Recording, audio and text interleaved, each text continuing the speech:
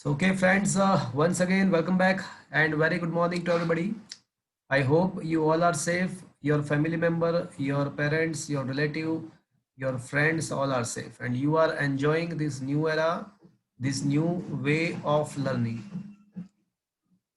Friends, we are discussing chapter number 4, and I told you to solve almost all the questions for the chapter number 4. તો મિત્રો chapter number 4 આપણે discuss કરી રહ્યા હતા અને એમાં બધા જ ક્વેશ્ચન્સ મેં તમને સોલ્વ કરીને લાવવાના કીધા હશે. તમારે જો JEE નીટનો ટાર્ગેટ રાખવો હોય તો વીકની અંદર એટલીસ્ટ 8 કલાક ફિઝિક્સ માટે, 8 કલાક કેમિસ્ટ્રી અને 8 કલાક મેથ્સ કે બાયોલોજીને ફાળવવા પડે, કે જેની અંદર તમે માત્ર JEE નીટના લેવલના MCQ સોલ્વ કરો. ટૂંક સમયમાં તમને JEE ના જૂના વર્ષોની બુક પણ આપવામાં આવશે. નીટ વાળાને મળી ગઈ છે, JEE માટે પણ આપવામાં આવશે.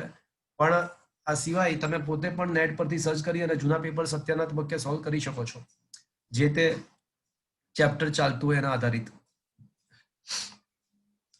Friends, let us come to your doubt for the chapter number 4.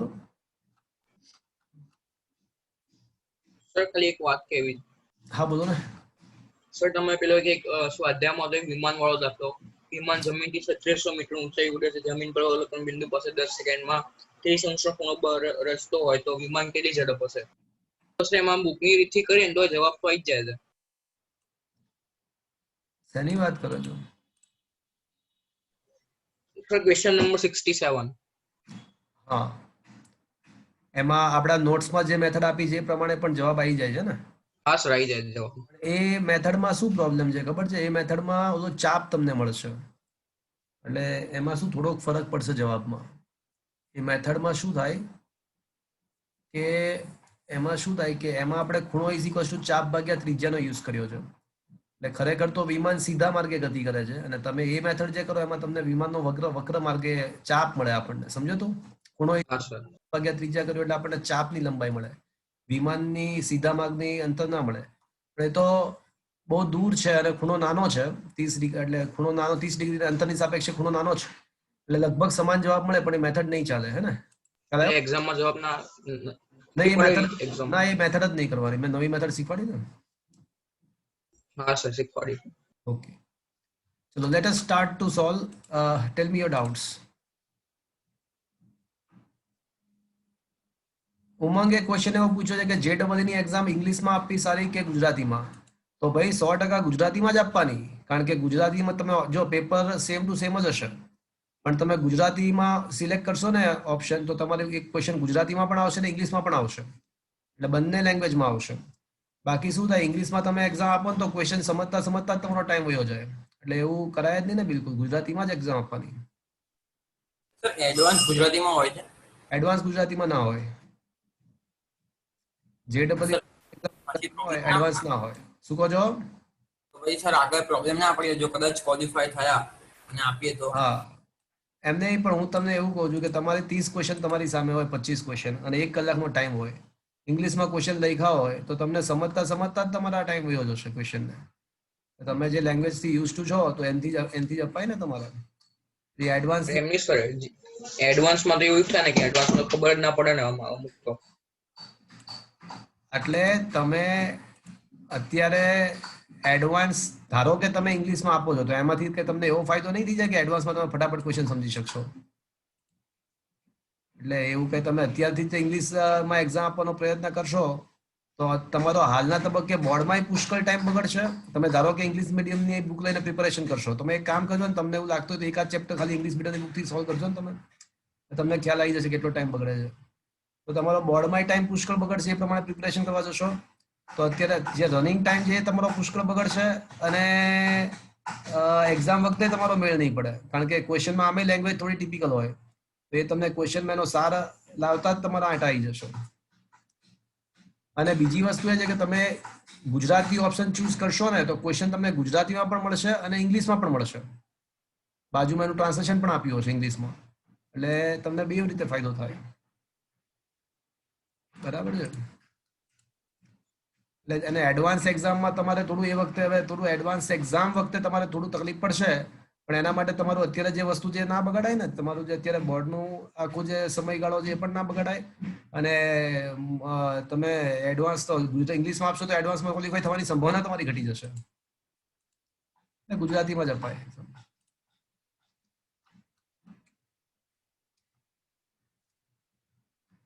ચલો પૂછો, ચેપ્ટર નંબર 4 પૂછો ક્વેશ્ચન.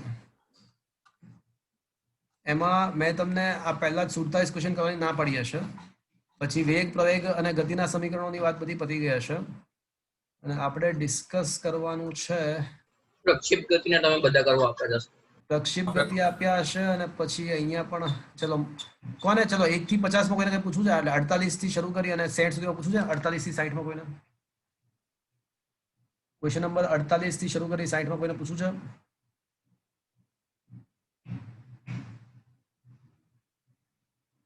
બોલો 48 થી 60. Anybody wants to ask? हाँ सर. 80 અપ ટુ 80,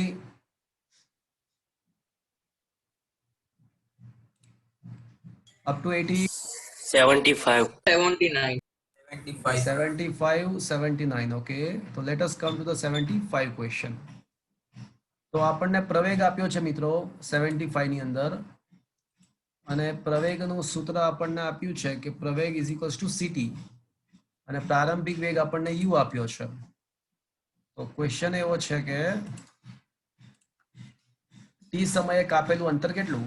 ચલો પ્રવેગ આપણને આપ્યો છે સીટી, અને જ્યારે સમય શૂન્ય ત્યારનો વેગ પણ આપણને આપેલો છે કે ત્યારનો વેગ યુ છે. તો કપાતું અંતર પૂછ્યું છે મિત્રો. તો સૌથી પહેલી વાત કે આ જે પ્રવેગ તમે જુઓ તો સમય સાથે બદલાય છે. એટલે આ જો મિત્રો 3 પ્રકારની ગતિ હોઈ શકે. 3 પ્રકારની ગતિ વિચારી શકાય. અચળ વેગી ગતિ, તો એમાં તમારે કપાતું અંતર શોધવું હોય તો એક જ રસ્તો છે, સ્થાનાંતર ઇઝ ઇક્વલ્સ ટુ ઝડપ વેગ ગુણ્યા સમય. એવું ના હોય તો અચળ પ્રવેગી ગતિ હોય. તો અચળ પ્રવેગી ગતિમાં કપાતું અંતર is equals to v naught t plus half a t square. અચળ પ્રવેગી ગતિનું સૂત્ર d બરાબર vot plus half a t square. પ્રવેગ અચળ હોય તો આ સમીકરણ સાચું સ્થાનાંતર શોધવા માટે. સ્થાનાંતર શોધવાનું આ સમીકરણ અચળ પ્રવેગી ગતિ માટે સાચું. અને ત્રીજી વસ્તુ છે અનિયમિત પ્રવેગી ગતિ. પ્રવેગ પણ અનિયમિત હોય, પ્રવેગ પણ બદલાતો હોય. તો એવા સંજોગોમાં તમારે શું કરવું પડે કે પ્રવેગ આપ્યો હોય તો પ્રવેગ પરથી એનું સંકલન કરીને પહેલા વેગ શોધવો પડે, અને વેગનું સંકલન કરીને પછી સ્થાનાંતર શોધવું પડે. સમજ્યા મિત્રો આખી વસ્તુ? સંકલન કરી અને સોલ્વ કરવું પડે જો અનિયમિત પ્રવેગી. હવે મને કહો કે આ ગતિ કેવી છે? અચળ વેગી છે, અચળ પ્રવેગી છે કે અનિયમિત પ્રવેગી ગતિ કેવી છે? જો આમાં તમે દેખો પ્રવેગ અચળ પ્રવેગ. પ્રવેગ ક્યાંથી અચળ કહી શકાય? પ્રવેગ પોતે સમય સાથે બદલાય છે. સમય 1 સેકન્ડ મૂકશો તો 1 * c મળશે, સમય તમે 2 સેકન્ડ મૂકશો તો 2 * c મળશે, 3 સેકન્ડ 3 અનિયમિત પ્રવેગી. આ પ્રવેગ થોડી અચળ કહેવાય. પ્રવેગ સમય સાથે બદલાય છે તો કેમનો અચળ ગણી શકાય? ના જ ગણી શકાય ને. તો હવે આમાં ફરજિયાતપણે શું કરવું પડશે મિત્રો? સંકલન. સંકલન. સંકલન. એટલે સૌથી પહેલા આપણી જે સ્ટાન્ડર્ડ મેથડ છે એ પ્રમાણે કરીએ. પ્રવેગના બદલે હું શું લખી શકું મિત્રો? dv/dt. તો dv/dt is equals to ct. Is that clear friends? હા. dv બરાબર ct dt થશે. બંને બાજુ સંકલન કરતા સંકલન dv બરાબર સંકલન ct dt. સમય જ્યારે શૂન્ય ત્યારે વેગ છે ને v0 છે, v0 નથી u છે. સમય જ્યારે શૂન્ય ત્યારે એનો વેગ આપણને આપેલો છે કે u છે, અને સમય જ્યારે t હોય ત્યારનો વેગ જ શોધવો છે અત્યારે આપણે. ચલો સંકલન 1 dv એટલે શું થશે? સંકલન કશું નથી એટલે 1 છે. સંકલન 1 dv એટલે from u to v. c બાર આવી જશે, અને t⁻1 નું શું થાય છે મિત્રો? t²/2. ફ્રોમ 0 ટુ t એટલે t²/2 - 0²/2 એટલે t²/2 થશે. તો v - u બરાબર હાફ c t² - 0² એટલે t² જ રહેશે. તો વેગનું સૂત્ર આપણને મળી ગયું. જમણી બાજુ u લઈ જઈએ તો u પ્લસ હાફ ct². હજી તો મિત્રો શું મળ્યું આપણને? એક વેગ મળ્યો પ્રવેગ વેગ મળ્યો. હજી તો આપણને વેગ મળ્યો. હજી તો વેગ મળ્યો. તો મિત્રો હવે વેગ બરાબર આપણને ખબર છે કે u plus half ct square મળ્યું. હવે આ વેગના બદલે હું dx upon dt લખી શકું મિત્રો? હા સર. હા sir.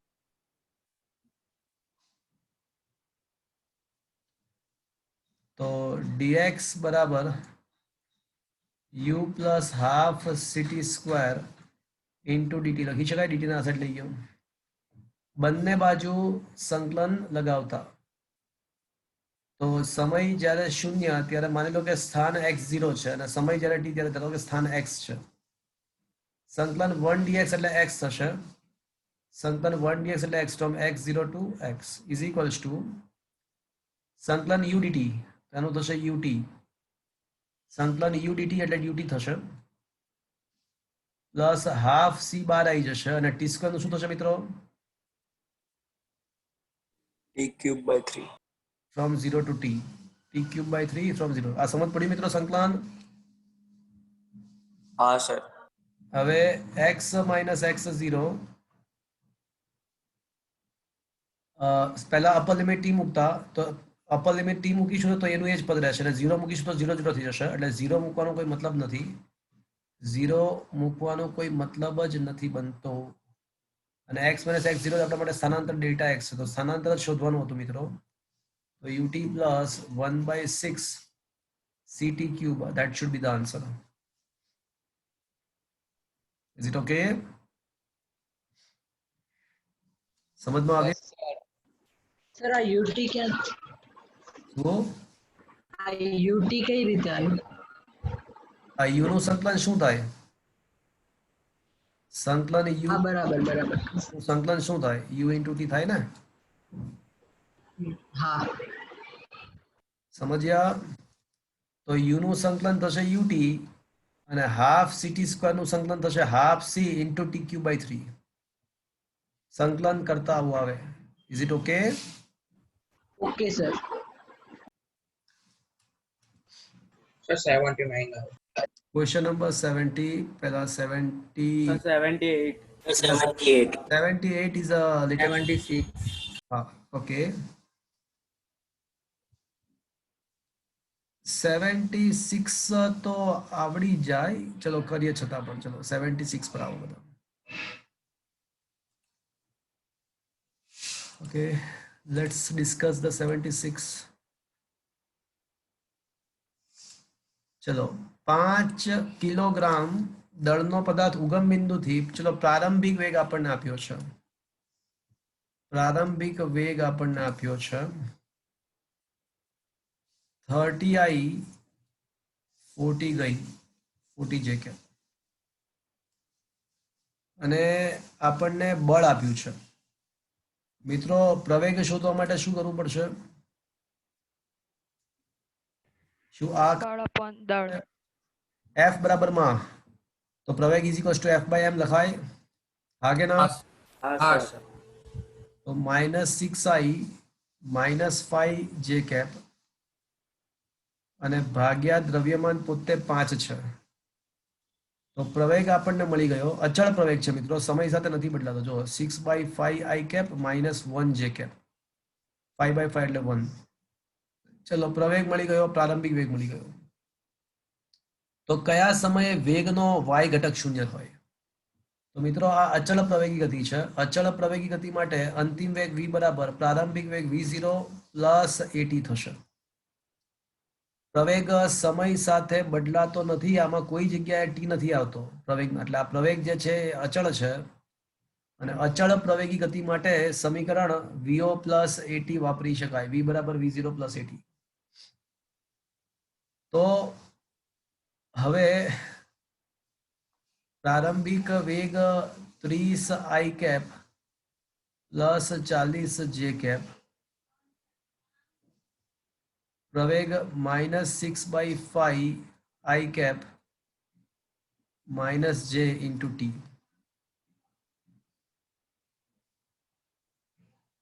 -30 i cap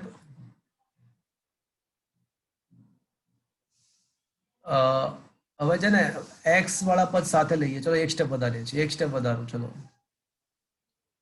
-6/5 t I cap minus t j cap. x વાળા પદ સાથે લઈએ તો 30 - 6/5 t I cap plus 40 - t j cap. ચલો અહીંયા સુધી મિત્રો સમજમાં આવ્યો તમને બધાને? હા સર. 6/5 ટી નહીં, ટી નથી. શું t નથી? બોલો 6/5 ટી નહીં, એકલું 6/5 છે. શું બોલે છે તું? હા, ખ્યાલ આવે છે? હા સર. તો મિત્રો આ છે ને વેગનો x ઘટક થયો કહેવાય અને આ વેગનો y ઘટક. હવે રકમમાં શું આપ્યું છે કે કયા સમયે વેગનો y ઘટક શૂન્ય થાય? તો વેગનો y ઘટક મારે શૂન્ય કરવાનો છે. તો વેગનો y ઘટક 40 - t બરાબર 0 કરવાનું છે. તો પછી t બરાબર શું આવશે મિત્રો? 40 સેકન્ડ. 40 સેકન્ડ. આ મિત્રો સમજમાં આવ્યો? હવે હું આ જ હા સર. તમને ટફ કરી આપું. ચલો આ ક્વેશ્ચન તો સમજમાં આવી ગયો ને બધાને? હા સર. હવે હું છે ને આ ક્વેશ્ચનને થોડો ટફ કરી આપું છું. આ જ ક્વેશ્ચનને હું થોડો ટફ બનાવું છું. ક્વેશ્ચન સેમ ટુ સેમ રાખું છું, પણ અહીંયા આગળ બળનું સૂત્રમાં છે ને ઇન્ટુ ટી કરી નાખું છું. બળના સૂત્રમાં આ બધું ગુણાકારમાં ઇન્ટુ ટી કરી નાખું છું. એટલે અહીંયા બળના સૂત્રમાં ઇન્ટુ ટી કરી નાખું છું. તો હવે આ -6t/5 અને -t j cap થશે. ચલો આ સમજ્યા? અને હવે પ્રવેગ કેવો બની જશે? અનિયમિત. અનિયમિત. અનિયમિત. સમય વડે ગુણ્યો. હવે તો આવા સંજોગોમાં આ ક્વેશ્ચન કેવી રીતે સોલ્વ કરવો? માની લો કે ક્વેશ્ચન સેમ ટુ સેમ જ છે, તો હવે શું કરવું? સંકલન. Let me tell you one more thing. હવે આમાં સંકલન તો કરવું જ પડશે, એ વાત 100% સાચી છે, પણ થોડું સંકલન અઘરું બનશે તમારા માટે, કારણ કે આમાં આઈ કેપ અને જે કેપ છે. તો આમાં આ રીતે વિચારાય મિત્રો. જો અમારી વાત સાંભળજો. તો માની લો કે બળમાં ઇન્ટુ ટી છે, તો હવે આને દેખતા સ્પષ્ટ છે. તો આને દેખતા એવું કહી શકાય કે પ્રવેગનો જે એક્સિયામ છે ને એ -6/5 ઇન્ટુ ટી છે અને પ્રવેગનો વાયામ જે છે ને એ -t છે. પ્રારંભિક વેગનો જે એક્સિયામ છે એ 30 છે અને પ્રારંભિક વેગનો જે વાયામ છે એ 40 છે. હવે તમને પૂછ્યું છે શું? મારે તો છે ને વેગનો વાયામ શોધવો છે. તો છે ને મિત્રો પ્રવેગના વાયામથી શરૂઆત કરાય. તો પ્રવેગનો વાયામ -t. ચલો આ સમજ પડ્યો મિત્રો? પ્રવેગનો વાયામ -t ખબર પડી બધાને? હા સર. હવે પ્રવેગનો વાયામ એટલે શું? તો વેગનો વાયામ નું સમયની સાપેક્ષે વિકલન તમને પ્રવેગનો વાયામ આપે. ચલો આ સમજ પડી મિત્રો? હા સર. એટલે dvy વેગનો વાયામ is equals to -t dt થશે. હા એટલે હવે સંકલન. હવે સંકલન કરીશું. તો સંકલન dv સંકલન. હવે જ્યારે સમય શૂન્ય છે ત્યારે વેગનો વાયામ શું છે મિત્રો? જ્યારે સમય શૂન્ય છે ત્યારે વેગનો વાયામ શું છે? 40 છે. અને સમય જ્યારે t ત્યારે વેગનો વાયામ શોધવો છે. ચલો સંકલન 1 dy એટલે એનું સંકલન vy જ થશે, પણ ક્યાંથી ક્યાં? 40 થી vy is equals two -t⁻1 નું શું થશે મિત્રો? t⁻1 નો t²/2 પ્લસ 0 થી t. પહેલા upper limit minus lower limit એટલે vy -40 is equals two t²/2 - 0²/2 એટલે t²/2 થશે. તો આમ સાબિત થાય છે કે t સમય બાદ વેગનો વાયામ -40 જમણી બાજુ એટલે +40 -t²/2 થશે. હવે જો વેગનો વાયામ શૂન્ય હોય તો 40 - t²/2 બરાબર 0. તો t²/2 બરાબર 40, તો t² બરાબર 80 तो टी बराबर 16 એટલે 4√5 આન્સર આવશે. સર સ્ક્રીનશોટ મૂકી દો ને એકવાર. હા તો મિત્રો તો જો આમાં થોડો ફેરફાર થઈ ગયો હોય તો ક્વેશ્ચન બહુ સારો બની જાય. ખાલી મેં શું કર્યું કે અચળ પ્રવેગી ગતિના બદલે ચલ પ્રવેગી ગતિ કરી નાખી. તો પછી આવા સંજોગોમાં શું કરવાનું? ઘટકો લઈને સોલ્વ કરવાનું. આવા સંજોગોમાં જો વેગનો વાયયામ શૂન્ય કરવો હોય તો પ્રવેગના વાયયામથી શરૂઆત કરવાની, અને વેગનો એક્સયામ શૂન્ય કરવાની વાત હોત ને તો પ્રવેગના એક્સયામથી મેં શરૂઆત કરી હોત. Is that clear friends? Yes sir. Yes sir. તો બંને રીતના ક્વેશ્ચન્સ તમને આવડવા જોઈએ હવે. Is it okay? ચલો ક્વેશ્ચન નંબર 76 કરાયો. ક્વેશ્ચન નંબર કયો કહો છો? 78 કહો છો ને? 78 ઇઝ અ ઇન્ટરેસ્ટિંગ વન.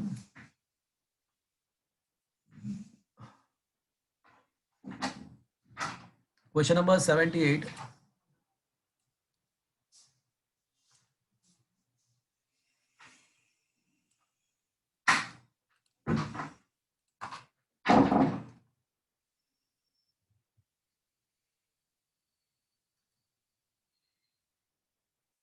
ચલો મિત્રો, આજે હવે તમે થોડું ધ્યાનથી સાંભળજો. અમુક નવા નિયમો પણ તમારે શીખવાના આવશે આમાં.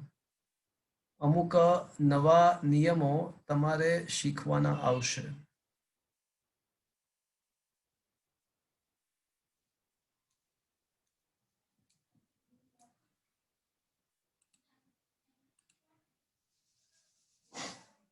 મિત્રો મારો અવાજ બરાબર સંભળાય છે તમને? હા હા સર. સર. હા સર. ઓકે. તો અમુક નવા નિયમો શીખવાના આવશે, થોડું સાંભળજો. એક્સ સ્ક્વેર બરાબર a t square plus 2bt plus C આપેલું છે, અને પ્રવેગ મારે શોધવાનો છે. તો એ વાત તો કન્ફર્મ્ડ છે કે પ્રવેગ શોધવા માટે શું કરવું પડશે? એ તમને ખ્યાલ છે. પ્રવેગ શોધવા માટે શું ડેફિનેટલી શું કરવું પડશે? તો કે ભાઈ વેગનું સમયની સાપેક્ષે વિકલન કરીએ ને તો આપણને પ્રવેગ મળે, એ કન્ફર્મ્ડ છે. તો મિત્રો સૌ પ્રથમ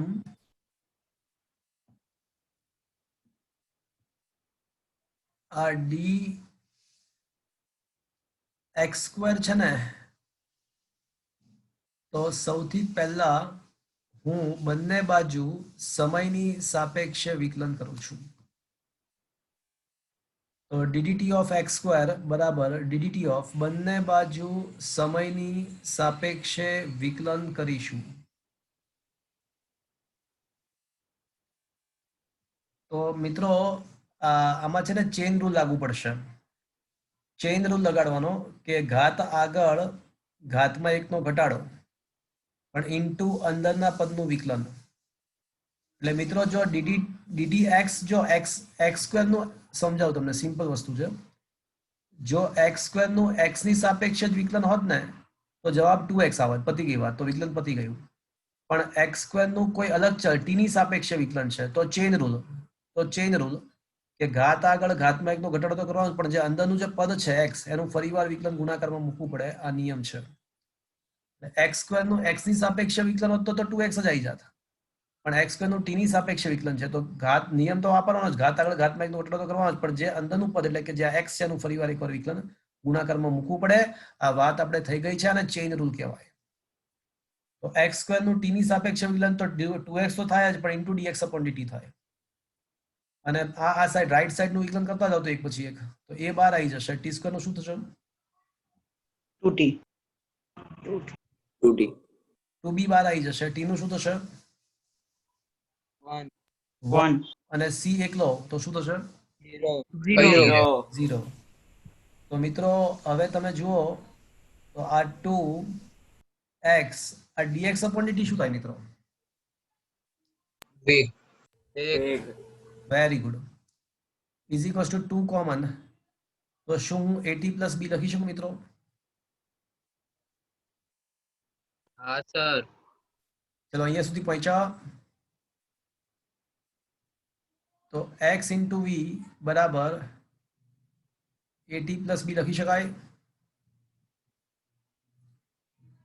હવે મિત્રો એક નવો નિયમ છે, વિકલનનો એક નવો નિયમ છે, ગુણાકારનો નિયમ. એક નિયમ આ શીખ્યા અને બીજો નિયમ એવો છે કે ડીડી એક્સ ઓફ વાય હોય, બે પદનો ગુણાકાર હોય તો આના માટે નિયમ એવો છે કે પહેલું પદ આમ નામ, બીજા પદનું વિકલન પ્લસ બીજું પદ આમ નામ, પહેલા પદનું વિકલન. પહેલું પદ આમ નામ, બીજા પદનું વિકલન પ્લસ બીજું પદ આમ નામ, પહેલા પદનું વિકલન. એટલે આ નવો નિયમ છે, વિકલનનો ગુણાકારનો નિયમ કહેવાય. મારો મેઇન ટાર્ગેટ છે ને પ્રવેગ શોધવાનો છે અને આપણે પહોંચ્યા ક્યાં સુધી કે ભાઈ x ઇન્ટુ વી બરાબર એટી પ્લસ બી સુધી પહોંચ્યા. હવે ફરીવાર એકવાર બંને બાજુ સમય સાપેક્ષે વિકલન કરતા, ફરીવાર બંને બાજુ ટી પ્રત્યે વિકલન લેતા, તો d d t of x into v is equals to ddt of at plus b. ચલો હવે x into v નો વિકલન કરો t સાપેક્ષે. તો મેં એક નિયમ શીખવાડ્યો, હમણાં જ શીખવાડ્યો. શું કરશું? સિમ્પલ નિયમ છે. પહેલું પદ આમ નામ એટલે x આમ નામ, બીજા પદનું વિકલન પ્લસ બીજું પદ આમ નામ, પહેલા પદનું વિકલન. મિત્રો તમારી પાસે નોટ્સ હશે, તમારી પાસે ઝેરોક્સ હશે તો ત્યાં આગળ સામેની સાઈડ બ્લેન્ક આપેલી જ હોય છે. તો જ્યારે જ્યારે કોઈ મેથ્સનો નવો નિયમ આવે, જ્યારે જ્યારે કંઈ નવી વસ્તુ શીખવા મળે તો એ ઓન ધ સ્પોટ તમારી જવાબદારી એ બનતી હોય છે કે તમે સામેની સાઈડે ઓન ધ સ્પોટ લખી નાખો. એટલે એ તમારી જવાબદારી હોય. હંમેશા લેક્ચર ભરતી વખતે ટેબલ અને ચેર પર બેસી, ખુરશી ટેબલ પર બેસી નોટ પેન હાથમાં રાખી, રફ નોટ હાથમાં રાખવાની, નોટ્સ આપણા જે નોટ્સ અસાઇનમેન્ટ્સ જે નોટ્સ આપેલા છે આ તમારી સામે હોવા જોઈએ. અને લેક્ચર કેમ ક્લાસરૂમમાં ભરતા હોય એવા એમથી જ ભરવાના હોય. અને જે નવી વસ્તુ કઈ તમને શીખવા મળે તરત જ તમારે નોટ ડાઉન કરવી જોઈએ. તો ગુણાકારનો નિયમ પહેલું પદ આમ નામ, બીજાનું વિકલન પ્લસ બીજું પદ આમ નામ, પહેલાનું વિકલન. અને આ સાઈડ વિકલન કરો તો એ બાર આવી જશે. ટી નું ટી ની સાપેક્ષે શું થશે? 1. 1. અને બી નું શું થશે? કઈ નહીં. 0. 0 થઈ જશે. ચલો હવે કોઈ મને કહેશે આ ડીવી બાય ડીટી તો શું છે? પ્રવેગ. પ્રવેગને એ ડેશ કહું છું, પ્રવેગને એ ડેશ, કારણ કે આ એની યારે મિસગાઈડ ના થઈએ ને એટલા માટે. આ એ તો અચળાંક છે. અહીંયા જે એ છે ને, જો એબીસી તો અચળાંક છે, એટલે આપણે પ્રવેગ સાથે એ મિસગાઈડ ના થઈએ ને એટલે પ્રવેગને એ ડેશ કહું છું. ઓકે, પ્લસ વેગ અને ડીએક્સ વી ડેશ. અપોન ડીટી એટલે શું થાય? વેગ. પરિવાર વેગ ઇઝ ઇક્વલ્સ ટુ અચળાંક એ. તો મિત્રો આપણો મેઇન ટાર્ગેટ તો પ્રવેગ શોધવાનો છે. તો x into a dash plus v square is equals to અચળાંક એ. હવે મિત્રો આપણો જે જવાબ છે એ બધો જ x ના સ્વરૂપમાં છે. આપણા જે આન્સર છે બધા જ x ના સ્વરૂપમાં છે. એટલે સમ પિક્ચરમાંથી મારે હા અચળાંક ચાલશે, આ એ અચળાંક ચાલશે પણ વી સ્ક્વેર નહીં ચાલે. તો લુક એટ ધીસ ઇક્વેશન. તો મિત્રો x into a dash plus v square ના જગ્યાએ હું શું લખી શકું? at plus b by 2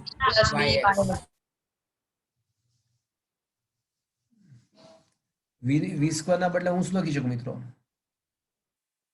at plus b by x by x નો વર્ગ લખી શકું મિત્રો? જુઓ તો ચાલશે? હા સર. ઓકે, હવે છે ને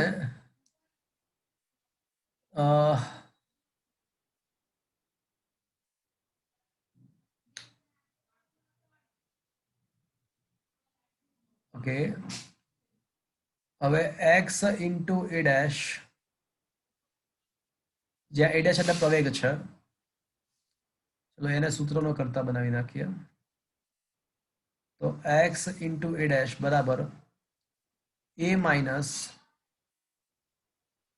એટી પ્લસ બી નો વર્ગ ભાગ્યા x નો વર્ગ. હવે થોડું સાદુરૂપ આપું છું મિત્રો, સાંભળજો.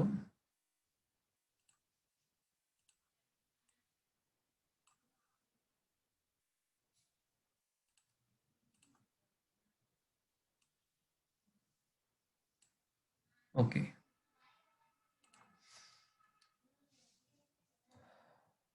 તો x ઇન્ટુ a ડેશ બરાબર a માઇનસ, ચલો વર્ગ કરો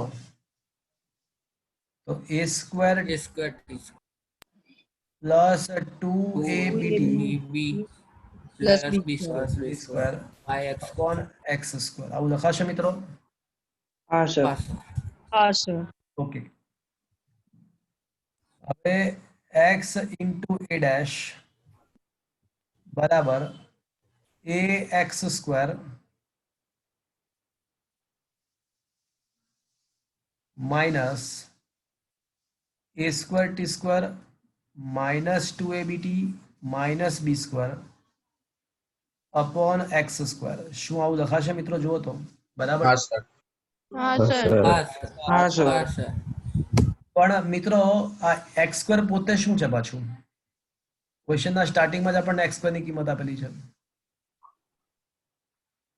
તો x ઇન્ટુ a ડેશ બરાબર a ઇન્ટુ, હવે x સ્ક્વેર પોતે જે છે એની કિંમત મૂકી દઈએ, minus a square t square minus 2abt minus b square upon x square. હવે x સ્ક્વેર પોતે શું છે? at square It is 2bt plus c. Is that clear friends? ચલો હવે આનું સાદુરૂપ આપો. Yes, sir. તો x ઇન્ટુ a ડેશ બરાબર, ચલો સાદુરૂપ આપો. x સ્ક્વેરની મેં કિંમત Square T square plus sir છેદમાં પણ કિંમત નહીં મૂકવાની x પર. ના છેદમાં નથી મૂકતા, એનું કારણ છે એ તમને છેલ્લે ખ્યાલ આવશે. તો આ થઈ જશે a સ્ક્વેર t સ્ક્વેર, અંશમાં a વડે ગુણતા a square t square plus 2a ABT plus plus ac minus a square t square minus 2abt minus b square અને છેદમાં x સ્ક્વેર યથાવત. તો a square t square minus a square t square cancel, 2abt minus 2abt cancel. તો અંશમાં બાકી શું રહેશે મિત્રો? AC minus B square. Upon x square થશે. હા કે ના? હા સર. હા સર. તો હવે a ડેશ ને પ્રવેગના સૂત્રો કરતા બનાવો a ડેશ ને. તો a ડેશ બરાબર શું આવશે? ac AC minus B square by upon X cube. ભાગ્યા x ક્યુબ. આવું થશે મિત્રો? હા સર. હા સર. a ડેશ ચલે છે, શું આવશે? આ ac માઇનસ b સ્ક્વેર તો અચળાંક છે, ac અને b સ્ક્વેર તો અચળ છે. ac માઇનસ X ની minus 1 by One x. upon X One cube. by X cube. એવો કોઈ ઓપ્શન છે મિત્રો? option A. સમજમાં આવ્યો મિત્રો? શું આ question હા સર. પૂછ્યો? કોના હા, કોના સમપ્રમાણમાં જેવો ક્વેશ્ચન પૂછ્યો છે? કોના સમપ્રમાણમાં? તો 1 upon x ક્યુબ ના સમપ્રમાણમાં, અને 1 upon x ક્યુબ મતલબ x raised to minus મતલબ x raised to minus 3. Is it okay now? હા સર. हाँ sir. હા sir. Okay. So this is a very good intelligent question અને આમાં એક નવા નિયમનો પણ આપણે ઉપયોગ કર્યો. આમ તો આ બે વસ્તુ નવી છે અહીંયા આગળ, પણ તમને સમજ્યા હશો આઈ હોપ. અને આ નવા નિયમ લખી પણ નાખજો સામેની side. Is it okay friends? Okay sir. અને હવે ખબર પડી છેદમાં x સ્ક્વેર શા માટે મેં રાખ્યું હતું? હા સર. હા સર. આપણે x ના સ્વરૂપમાં જ આન્સર લાવવાનો હતો. Okay, okay sir. Okay sir. ચલો. સર 79. ઓકે,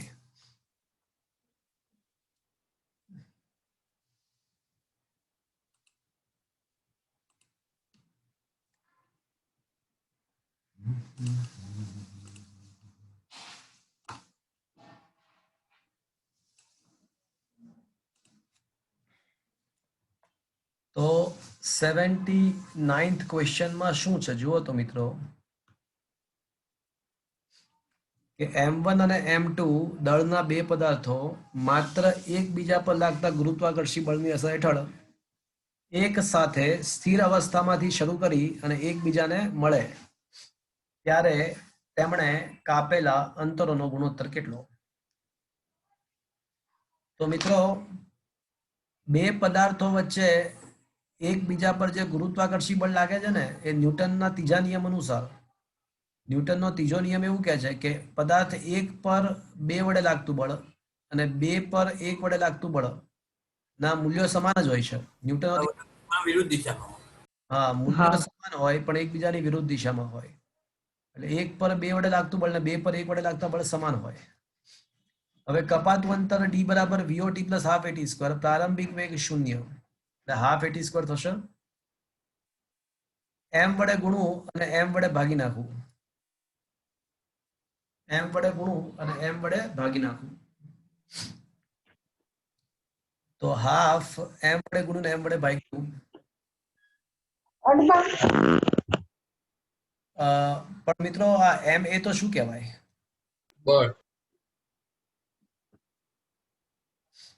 તો અગર તમે d1 લખવા માંગતા હો તો half f upon m1 into t square. હું છે ને f1 અને t1 નહીં લખું. પૂછો ક્યું?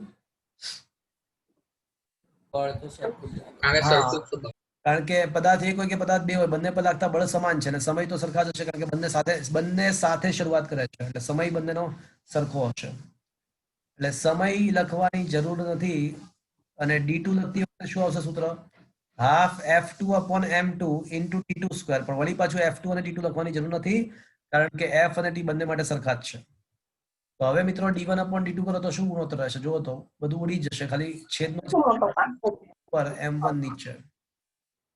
તો m2 upon m1 આન્સર આવશે. d1 upon d2 s2 છે.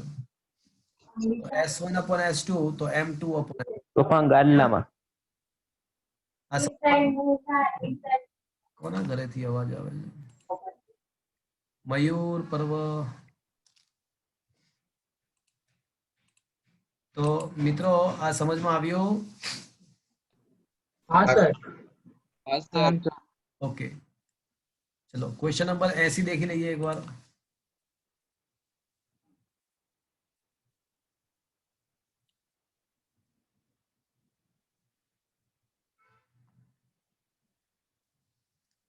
क्वेश्चन नंबर 80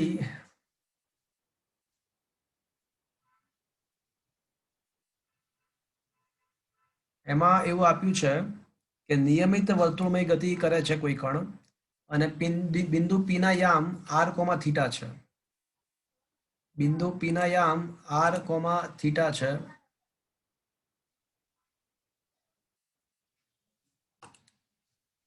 તો શું મિત્રો મારો અવાજ બરાબર આવે છે? હા સર. ઓકે.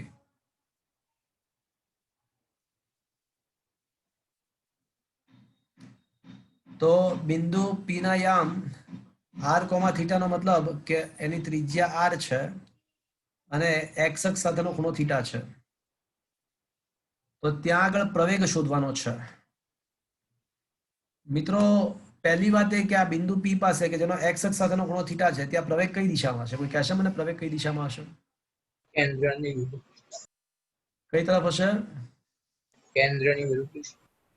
અલા, નિયમિત વર્તુળમય ગતિમાં પ્રવેગ કઈ તરફ? હા, કેન્દ્રની. કેન્દ્ર તરફ. કેન્દ્ર તરફની દિશામાં હોય. શું આ સમજમાં આવ્યું મિત્રો? હા સર. હા સર. આ તીર કયા ચરણમાં જઈ રહ્યું છે એવું કહી શકાય? કયા એની દિશા? પહેલા. પહેલામાં નથી. જો આવું હોય ને તો એને પહેલું ચરણ. ત્રીજા ચરણમાં. ખરેખર તો આ સદિશ તમે ત્રીજા ચરણમાં જઈ રહ્યો છો વિચારી શકો. Is that clear? હા સર. મિત્રો મારી વાત ધ્યાનથી સાંભળજો. આજે એક વાત તમને શીખવાડી દઉં. આપણને ખબર છે કે a બરાબર ax i cap plus ay છે કે યાદ કરો સદિશના ઘટકો. હા કે ના? હા સર. તમને એ પણ ખબર હશે કે ax બરાબર a cos થીટા અને ay બરાબર ay બરાબર a sin theta. આવું યાદ છે તમને? હા સર. હા સર. થિયરી ભણ્યા ને એમાં પ્રથમ ચરણમાં સદિશ રાખ્યો હતો. આપણે જે થિયરી ભણ્યા એમાં સદિશ પ્રથમ ચરણમાં હતો એટલે બંને ઘટકો ધન જ મળ્યા હતા. આપણે થિયરીમાં સરળતા ખાતર પ્રથમ ચરણમાં જ સદિશ રાખ્યો હતો. અહીંયા ઋણ આવશે. હા, એટલે હું એવું કહેવા માંગુ છું કે ચાર શક્યતા હોઈ શકે.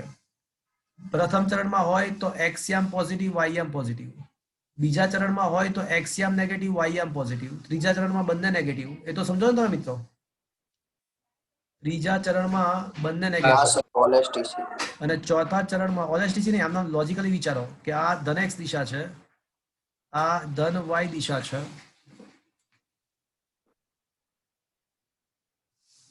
બધું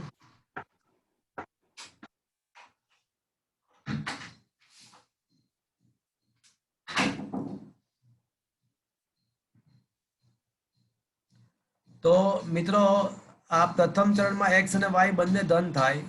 બીજા ચરણમાં તમે દેખો x યામ નેગેટિવ જશે, x યામ નેગેટિવ પણ y યામ પોઝિટિવ. ત્રીજામાં બંને નેગેટિવ આવશે, ચોથામાં x યામ પોઝિટિવ આવે પણ y યામ નેગેટિવ આવે. લોજિકલી ખ્યાલ આવી જાય, હા કે ના? હવે હા સર. આપણો સદિશ હા, છે, હા, આ સદિશ આપણો કયા દિશામાં જઈ રહ્યો છે? ત્રીજા ચરણમાં. ત્રીજા ચરણ, અને -1. હા, તો પ્રવેગ is equals to can I say minus a cos theta i cap minus a sin theta j cap લખી શકાય. હા સર.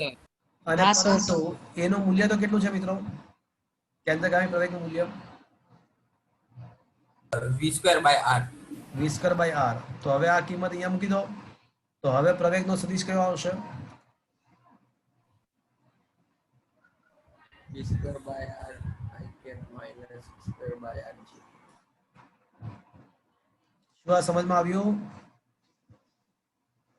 હા સર. આ સમજમાં ઓપ્શન આવ્યો? સી. હા sir. Is that clear friends?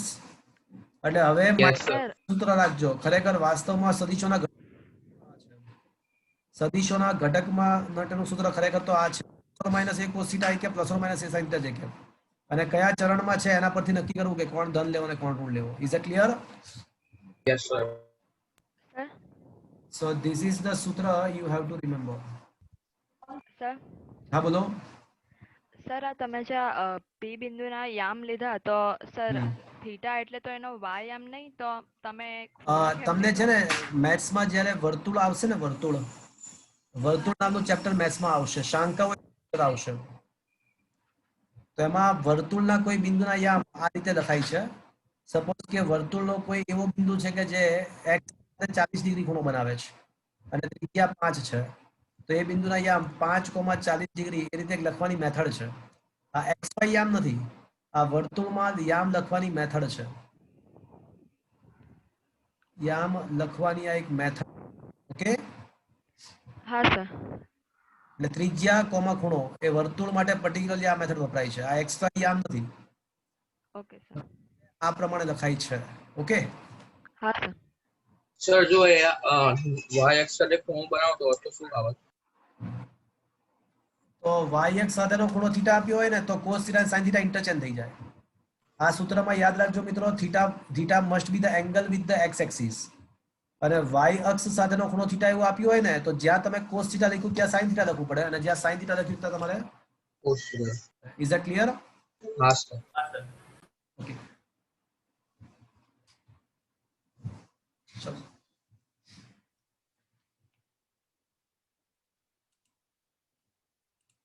ચલો હવે બોલો.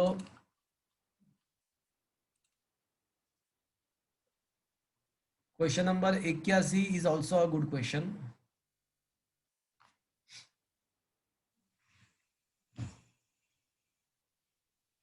સર નિયમિત વર્તુળમાં ગતિને ગ્રાફ પર કેવી રીતે દર્શાવી શકાય? શું કહો છો? નિયમિત વર્તુળમાં ગતિને ગ્રાફ તરીકે દર્શાવી હોય. એવું ક્યાં ભળી ગયું હતું? સર ખાલી પૂછું જ. એવું હોય જ નહીં કશું, એવું કશું હોય જ નહીં.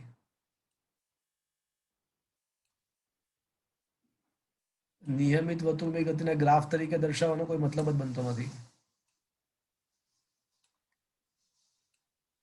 હા, એવું કહી શકાય કે વર્તુળ ગતિ માટેનું સમીકરણ શું? તો જેમ રેખાનું સમીકરણ y બરાબર mx પ્લસ c છે, પરવલયના સમીકરણ આપણે ભણ્યા હતા કે ax plus or minus bx square, એ પ્રમાણે વર્તુળનું સમીકરણ છે ને એક્સ સ્ક્વેર પ્લસ એનો ગતિપથનું સમીકરણ, વર્તુળ માટે ગતિપથનું સમીકરણ x square plus y square બરાબર ત્રિજ્યાનો વર્ગ, આ સમીકરણ છે. ઉગમ બિંદુ કેન્દ્ર હોય તેવા વર્તુળ માટેનું આ ગતિપથનું સમીકરણ કહેવાય છે, ગતિપથનું સમીકરણ. જેમ રેખા માટે y બરાબર mx પ્લસ c હોય, ઉપવલય અતિવલયના સમીકરણ લાસ્ટ ટાઈમ શીખ્યા હતા, એ જ પ્રમાણે આ વર્તુળ ગતિ માટેનું સમીકરણ થયું કહેવાય. x square plus y square બરાબર ત્રિજ્યાનો વર્ગ, પણ ઉગમ બિંદુ કેન્દ્ર હોય તોની વાત છે. ઓકે, હવે ક્વેશ્ચન નંબર 81 પર આવો. તો 81 માં એવું છે કે t બરાબર 0 સમયે કણ x બરાબર 0 પર છે. x અક્ષની દિશામાં અચળ પ્રવેગથી ગતિ શરૂ કરે છે. એટલે કણ 1 નું સ્થાનાંતર x1 કહીએ તો અચળ પ્રવેગી ગતિ માટે સ્થાનાંતરનું સમીકરણ શું છે મિત્રો? અચળ પ્રવેગી ગતિ માટે સ્થાનાંતર vot plus half at square છે.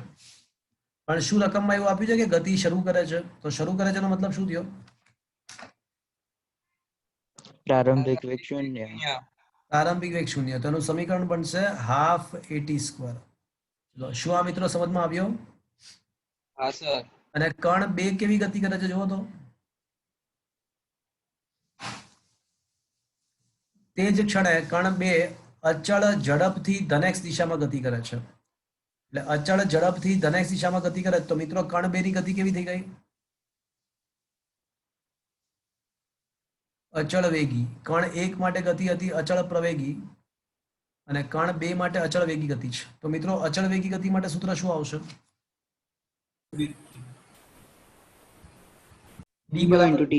હા, એટલે કણ 2 માટે સ્થાનાંતર x2 બરાબર vt આવશે. તો હવે ક્વેશ્ચન એવો છે કે x1 minus x2 versus t નો આલેખ કેવો હશે? તો એક કામ કરીએ, પહેલા x1 માઇનસ x2 નું સમીકરણ તો મેળવીએ. x1 માઇનસ x2 નું સૂત્ર તો મેળવીએ. તો x1 નું સૂત્ર છે હાફ at સ્ક્વેર અને x2 નું સૂત્ર છે vt. તો x1 માઇનસ x2 નું સમીકરણ half at square minus vt. એટલે એક વસ્તુ કન્ફર્મ્ડ છે કે આ તો y બરાબર ax square plus minus bx જેવી વાત છે. y બરાબર ax square it is like આપણા માટે y થઈ ગયો. y બરાબર ax સ્ક્વેર માઇનસ bx જેવી વાત છે. તો આ ડેફિનેટલી કેવી ગતિ થઈ કહેવાય? એટલે આનો ગતિપથ કેવો હશે? પરવલય. તો મિત્રો આમાં છે ને તમે ધ્યાનથી દેખો તો બધા પરવલય જ છે, બધા જ પરવલય છે, બધા જ પરવલય છે. તો લોચા પડ્યા કે હવે કરવું શું? તો સાંભળજો, હવે સ્ટેપ બાય સ્ટેપ આના છે ને સ્ટેપ બાય સ્ટેપ સોલ્વ કરવું પડે. તો હવે હું જે બોલું છું ધ્યાનથી સાંભળજો. હવે સ્ટેપ બાય સ્ટેપ. સૌથી પહેલું સ્ટેપ, સ્ટેપ 1, તમારે છે ને સમય શૂન્ય કરી દેવાનો. આ સૂત્રમાં આ જે સૂત્ર મળ્યું ને એ સૂત્રમાં સમય શૂન્ય કરી દેવાનો. ચલો આ સૂત્રમાં સમય શૂન્ય કરો તો x1 માઇનસ x2 ની કિંમત શું થાય છે? 0. એટલે શૂન્ય સમયે શૂન્યથી શરૂઆત થાય એવા કયા કયા આલેખ છે? શૂન્ય સમયે શૂન્યથી જ શરૂઆત થાય છે એવા કયા કયા આલેખ છે? A અને D. બધા જ, ચારે ચાર બધા જ. છે. જો શૂન્ય સમયે શૂન્ય પર હોય બધા જ આલેખ શૂન્ય સમયે શૂન્ય પર જ છે. સર C માં થોડુંક ઉપર ના, એ તો પ્રિન્ટિંગ મિસ્ટેક છે. તો એટલે બધા, એટલે આ પહેલા સ્ટેપ થી આપણને બહુ ફાયદો ના થયો. પહેલા સ્ટેપ થી આપણને કાંઈ ફાયદો ના થયો કારણ કે બધા શૂન્ય સમયે શૂન્ય જ છે. નકર એકાદ બે જો આગા પાછા હોત ને તો આપણે એલિમિનેટ કરી શક્યા હોત અને આપણે ઉડાઈ શક્યા હોત. પણ પહેલા સ્ટેપ થી કાંઈ ફાયદો ન થયો, કઈ વાંધો નહીં. હવે સ્ટેપ નંબર 2, માની લો કે આપણે x1 માઇનસ x2 બરાબર 0 લઈ લઈએ છીએ. તો x1 માઇનસ x2 બરાબર 0 લઈ લો તો અહીંયા 0 મૂકી દો. તો can I say 0 is equals to half at square minus vt. તો મતલબ કે 0 બરાબર t common at by 2 minus v થશે. તો એક ઉકેલ મળશે t બરાબર 0 અને બીજો ઉકેલ મળશે at by 2 minus v બરાબર 0. તો a by 2 into t બરાબર v થશે અને t બરાબર 2v by a થશે. તો એનો મતલબ કે x1 માઇનસ x2 શૂન્ય હોય એવા બે સ્થળ મળશે. એક તો એવા બે સમય મળશે. કયા કયા બે સમય મળશે? એક તો t બરાબર 0 અને બીજો કયો મળશે સમય 2v/a. તો એવા બે પોઈન્ટ હોય જ્યાં શૂન્ય x1 માઇનસ x2 શૂન્ય હોય એવા બે પોઝિશન, એવા બે સમય મળશે. તો એવા કયા કયા ઓપ્શન છે કે જેમાં બે વખત શૂન્ય x1 માઇનસ x2 બે વખત શૂન્ય વખતે શૂન્ય થતું હોય? E અને D. હા, A એવા ત્રણ ઓપ્શન છે. E, E પણ C છે, અને D. C પણ છે અને D પણ છે. એટલે એ કેન્સલ થઈ ગયો. જો બીજી વાર શૂન્ય બનતા હોય એવા ત્રણ ઓપ્શન છે. દેખાય છે? હા સર. હા સર. ચલો, એટલે બીજા સ્ટેપ પરથી આપણને કંઈક તો ફાયદો થયો. એકાદ વસ્તુ તો કેન્સલ થઈ. શું આ સમજ પડ્યો? હા સર. હવે હા, સ્ટેપ નંબર 3. હવે સ્ટેપ નંબર 3. માની લો કે સમય લેસ ધેન 2v/a છે. એટલે આલેખમાં લેસ ધેન 2v/a નો મતલબ શું થયો? એટલે અહીંયા જે શૂન્ય છે ને એ કયો સમય થયો કહેવાય આપણા માટે? એ 2v/a સમય થયો. અત્યારે તો ત્રણે ત્રણ ઓપ્શન સાચા જેવું ધારીને ચાલીએ તો આ 2v/a સમય થયો જ્યાં શૂન્ય છે ત્યાં. હવે એના કરતા ઓછો સમયનો મતલબ આ ભાગ, કાં તો આ ભાગ, કાં તો આ ભાગ અને કાં તો આ ભાગ. ચલો, એટલે 2v/a કરતા ઓછો સમય હોય તો એનો મતલબ કે તો પછી at is less than 2v થશે. હા પાડો. હા સર. હા half at is less than v થશે. સર. હા સર. તો એનો મતલબ એવો થયો કે હાફ at સ્ક્વેર, બંને બાજુ t વડે ગુણતા half at square is less than vt થશે. તો એનો મતલબ એવો થયો half at square minus vt is less than 0 થશે. પણ half at square minus vt less than 0, પણ half at square minus vt તો શું છે મિત્રો? x1 minus x2. x1 minus x2. x1 minus x2 less than 0 મતલબ ઋણ છે. તો મિત્રો એ જે સમયગાળો છે 0 થી 2v/a વચ્ચેનો જે સમય લેસ ધેન 2v/a, એટલે એ સમયગાળામાં x1 માઇનસ x2 નેગેટિવ હોય એવો કયો ઓપ્શન છે? બી. Option B. એવો એક જ ઓપ્શન છે, ઓપ્શન બી. તો આ બંને ઓપ્શન કેન્સલ. એમાં તો જો પોઝિટિવ સાઈડ છે, આ પોઝિટિવ છે, પણ નેગેટિવ હોય એવો એક જ ઓપ્શન છે. જુઓ, સમજમાં આવી મિત્રો કઈ રીતે સોલ્વ થયા ક્વેશ્ચન? હા સર. હા સર. તો આ રીતે સ્ટેપ બાય સ્ટેપ સોલ્વ કરવું પડે. એકવાર સૂત્ર મળી ગયા પછી, આ રીતે સ્ટેપ બાય સ્ટેપ સોલ્વ કરવું પડે. સમજમાં આવ્યું? હા સર. અને ઓબ્વિયસલી જો હજી સ્ટેપ 4 વિચારો તો વિચારી શકાય કે જો t is greater than 2v/a હોત ને તો એવું સાબિત થઈ જાત કે x1 minus x2 greater than 0 સાબિત થઈ જાત. એટલે મોટા સમયગાળા માટે પોઝિટિવ છે. જો અહીંયા આગળ પછી પોઝિટિવ જ થઈ જાય. જો, is it clear? Okay sir. હા સર. સર ક્વેશ્ચન નંબર 87 કરો. હા, ક્વેશ્ચન નંબર 82 આવડે ને તને પેલા? હા સર. તો ક્વેશ્ચન નંબર 82 જે છે ને મિત્રો એ તમને અત્યારે નહીં આવડે, કારણ કે કોણીય વેગમાન શું છે એ તમને ખબર નથી હજી. આ કોણીય વેગમાન નામની ભૌતિક રાશિ તમારે ચેપ્ટર નંબર 7 માં શીખવામાં આવશે. કોણીય વેગ ખબર છે પણ કોણીય વેગમાન તમને ખબર નથી. એ ચેપ્ટર નંબર 7 માં શીખવાડવામાં આવશે, પછી જ આ ક્વેશ્ચન સોલ્વ થશે. અત્યારે તમને આ ક્વેશ્ચન સમજમાં નહીં આવે. એટલે આ 82મો ક્વેશ્ચન હાલ તબક્કે કરીશું નહીં. કોણીય વેગ એટલે કોણીય વેગમાન એટલે કોણીય વેગ ગુણ્યા દર થાય? ના, એવું ના થાય. આપણે નોટ્સમાં તમે કોણીય વેગમાન વિશે લખેલું ને, કોણીય વેગમાન વાળું ઓમેગા સ્ક્વેર વાળું. શું કહો છો? એ કોણીય, આપણે નોટ્સમાં. અલા એ કોણીય વેગ હતો. આ કોણીય વેગ, હા સર. હા. બંને ભૌતિક રાશિ અલગ છે. હા સર. હા બરોબર. કોણીય વેગમાનની વાત હજી તમને આવી નથી, એ ભવિષ્યમાં આવશે. ઓકે, ચેપ્ટર નંબર 7 માં આવશે. ઓકે,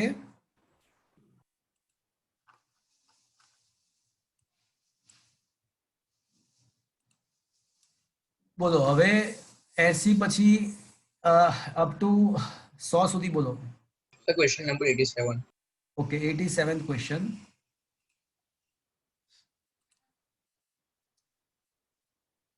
નદીમાં પાણીમાં પ્રવાહનો વેગ 40 છે.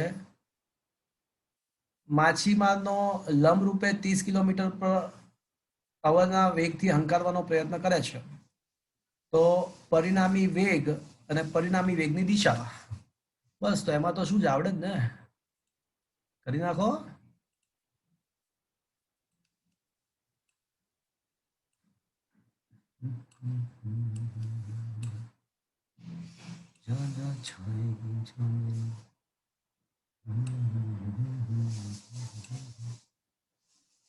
ચલો, નદીના વહેણની ઝડપ 40 છે અને ઓલો જે વ્યક્તિ છે એ આ રીતે લંબરૂપે 30 કિલોમીટર પ્રતિ અવરની ઝડપે હંકારી રહ્યો છે. તો વહેણની ઝડપ 40 છે, એની પોતાની લંબરૂપે ઝડપ 30 રૂપે હંકારવાનો પ્રયત્ન કરે છે, પણ હંકારી શકશે નહીં, કારણ કે પરિણામી વેગ, એની પરિણામી દિશા કઈ થઈ જશે? તો this will be the resultant direction. આ તેના પરિણામી વેગની દિશા હશે. અને દેખાય છે કે આના પરથી કે પરિણામી વેગનું મૂલ્ય કેટલું હશે?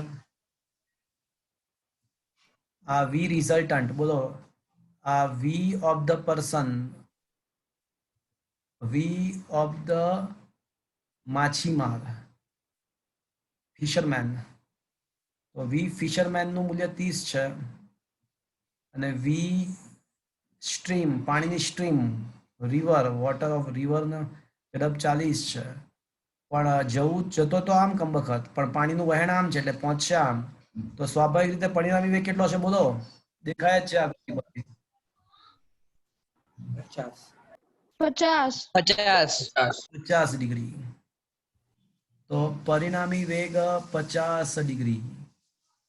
પાણી કઈ રીતે વહી રહ્યું છે મિત્રો? તો પાણી આ રીતે જમણી બાજુ વહી રહ્યું છે. ઓકે, હવે મિત્રો મારે છે ને પરિણામી વેગની દિશા પ્રવાહની દિશા સાથે કેટલો ખૂણો બનાવે? પ્રવાહની દિશા એટલે પરિણામી વેગની પ્રવાહની દિશા સાથેનો ખૂણો, એટલે આ ખૂણો પૂછ્યો છે મને. પરિણામી વેગનો પ્રવાહની દિશા સાથેનો ખૂણો પૂછ્યો છે, એટલે આ ખૂણો. તો આ ખૂણો શોધવા માટે આ ખૂણો શોધી કાઢું તો ચાલશે મિત્રો? હા સર. ચાલશે બોલ? હા, યુગ્મ કોણ. ઝેડ નો ખૂણો, ઝેડ. હા કે ના? હવે આકૃતિ પરથી મને કહો કે tan θ શું થાય? સાબા 30/40. 0.75. શું આ સમજમાં આવ્યો? હા. હવે તમને ખબર છે કે tan 45 કેટલું થાય? હવે વાત એવી છે કે આ છે ને એ 0.75 એક કરતા નાનું કહેવાય કે મોટું કહેવાય? Theta must be less than 45 degree. ચલો, આ ખબર પડી ગઈ. 45 કરતા નાનો હશે, ખ્યાલ આવી ગયો? તો જવાબ જો, પહેલી વાત કે આ તો બે કેન્સલ થઈ જશે કારણ કે 50 નથી આવતું, એટલે કાં તો આ સાચો ને કાં તો આ સાચો. પણ બે માંથી હવે કયો સાચો આવશે? બી આવશે, કારણ કે થીટા નું મૂલ્ય 45 કરતા નાનું હોય એવો કયો ઓપ્શન છે? ચલો, સમજમાં આવ્યો મિત્રો? એટલે આમાં 10 નું ટેબલ જોવાની જરૂર ના પડી, બાકી 10 નું ટેબલ જોયું હોત ને તો એક્ઝેક્ટ 37 ડિગ્રી આવી જાત. જો જોયું હોત ને 10 નું ટેબલ 0.75 માટે તો એક્ઝેક્ટ 37 આવી જાત, પણ JEE નીટ ની અંદર 10 નું ટેબલ નહીં આપે. JEE નીટમાં ટેબલ નહીં આપ્યું હોય. Is it clear friends? તમે ટેબલની પીડીએફ મોકલી દેશો? અલા, તમારી પાસે ટેક્સ્ટબુક છે ને? ટેક્સ્ટબુક ટેક્સ્ટબુક પરચેસ કરી છે? સ્કૂલમાંથી આપી છે. હા, તો એમાં છેલ્લે દેખજો, ટેબલ આખે આખા આપેલા છે, ડોન્ટ વરી. છે એમાં ટેક્સ્ટબુક ની અંદર પાછળ આપ્યું જ છે. Okay okay sir. હા સર. ચલો, 92. Question number 92.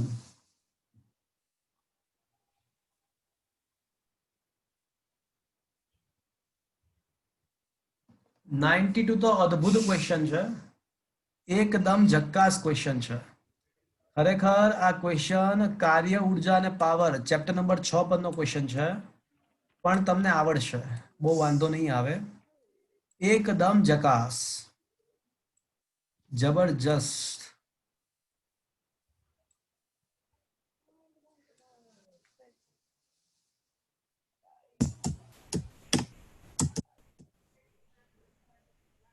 $92 એકદમ જબરજસ્ત છે. સાંભળજો બધા મારી વાત. એલ લંબાઈ ની દોરીના એક છેડા ને કેન્દ્ર પર રાખતા બીજા છેડા સાથે પથ્થર બાંધી અને ઉર્ધ્વ સમતલમાં વર્તુળ ગતિ કરાવવામાં આવે છે.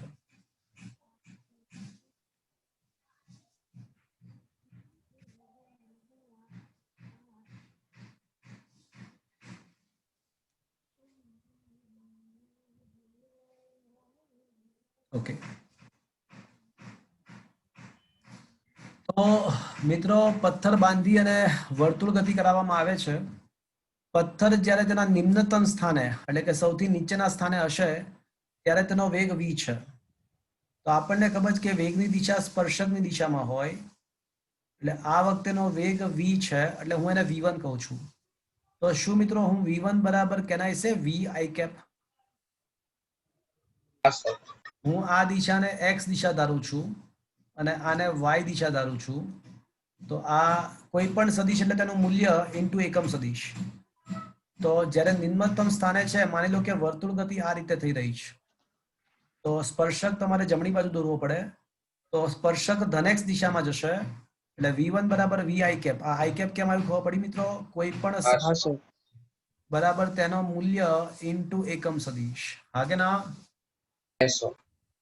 હવે તે દોરી જ્યારે સમક્ષિતિજ બને ત્યારે વેગના ફેરફારનું મૂલ્ય એટલે દોરી જ્યારે આજે આપણી દોરી છે એ સમક્ષિતિજ અવસ્થામાં આવી જાય એટલે આ અવસ્થામાં આવી જાય તો ત્યારે વેગની દિશા કઈ આવશે મિત્રો? ત્યારે વેગની દિશા શું આવું કહી શકાય કે ઉપર તરફ આવશે સ્પર્શક? હા કે ના? હા સર. તો હવે માની લો કે આ વેગ v2 છે તો v છે કે ધારો કે ના v થશે નિયમિત વર્તુળમય ગતિ ના થાય. અહીંયા આગળ આવા સંજોગોમાં ગુરુત્વાકર્ષણને કારણે નિયમિત વર્તુળ ગતિ ના થઈ શકે. એટલે ધારો કે હવે એની ઝડપ v નથી, એની ઝડપ v' છે તો v' ઇન્ટુ જે કેપ લખાય મિત્રો? હા સર. હા સર. હવે મિત્રો તમે જ્યારે 6 ચેપ્ટર ભણશો ત્યારે યાંત્રિક ઉર્જા સંરક્ષણનો નિયમ આવશે. યાંત્રિક ઉર્જા એટલે સ્થિતિ ઉર્જા પ્લસ ગતિ ઉર્જા અને સંરક્ષણ થવું એટલે અચળ રહેવું.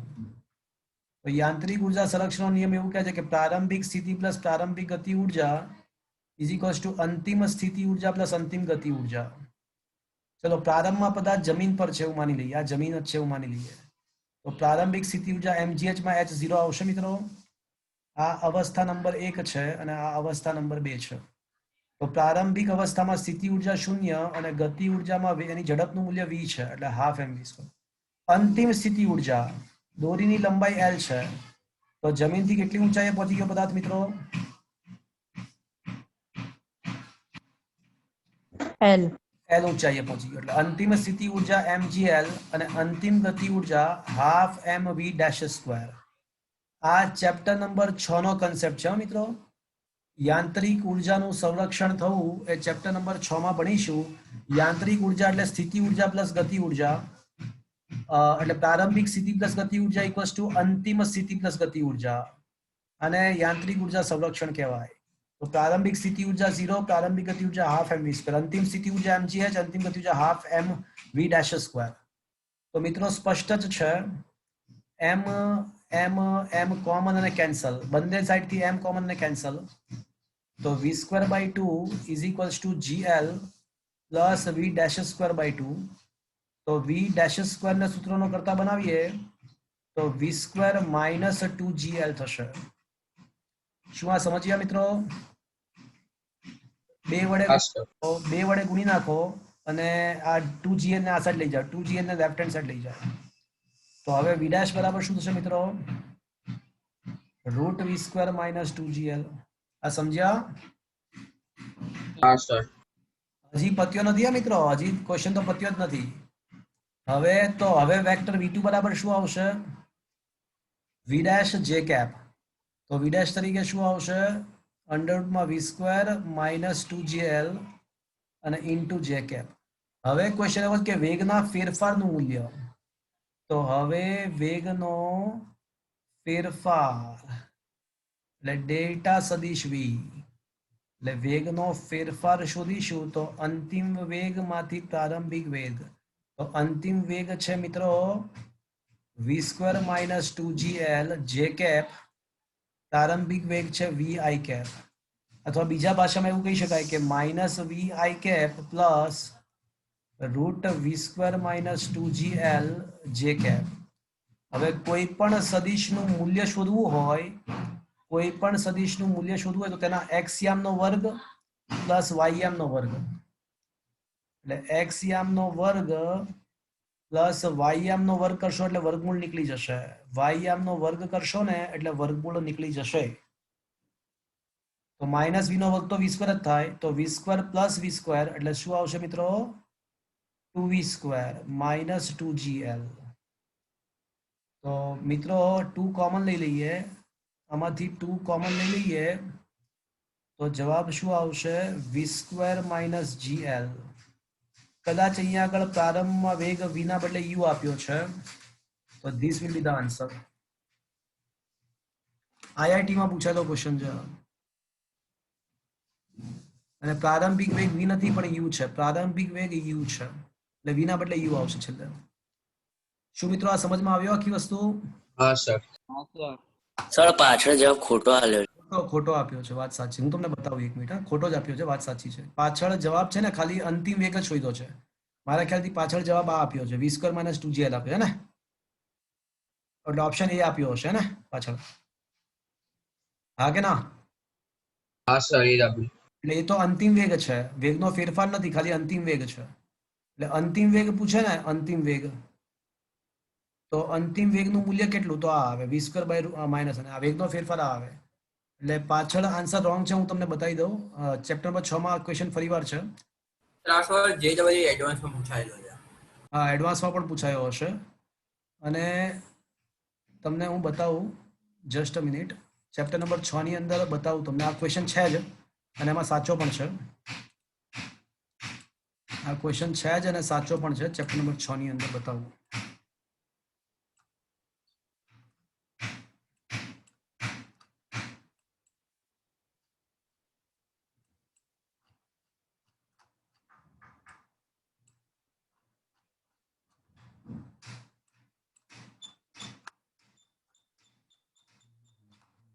સર. બોલો. સર, નિયમિત વર્તુળાકાર ગતિ સિવાય અચળ ઝડપથી ગતિ ઉદ્ભવી શકે? અલા, હા, અચળ વેગી ગતિ હોય તો એમાં ઝડપ અચળ જ રહેવાની ને. ઓકે. ગતિ હોય એમાં ઝડપ અચળ જ હોય, કારણ કે અચળ વેગી ગતિમાં વેગનું મૂલ્ય પણ અચળ હોય અને વેગની દિશા પણ અચળ હોય. અને વેગનું મૂલ્ય અને દિશા બંને અચળ હોવું નો મતલબ એવો થયો કે ઝડપ અચળ હોવી. વેગનું મૂલ્ય અચળ હોવું ધેટ મીન્સ ઝડપ અચળ હોવી.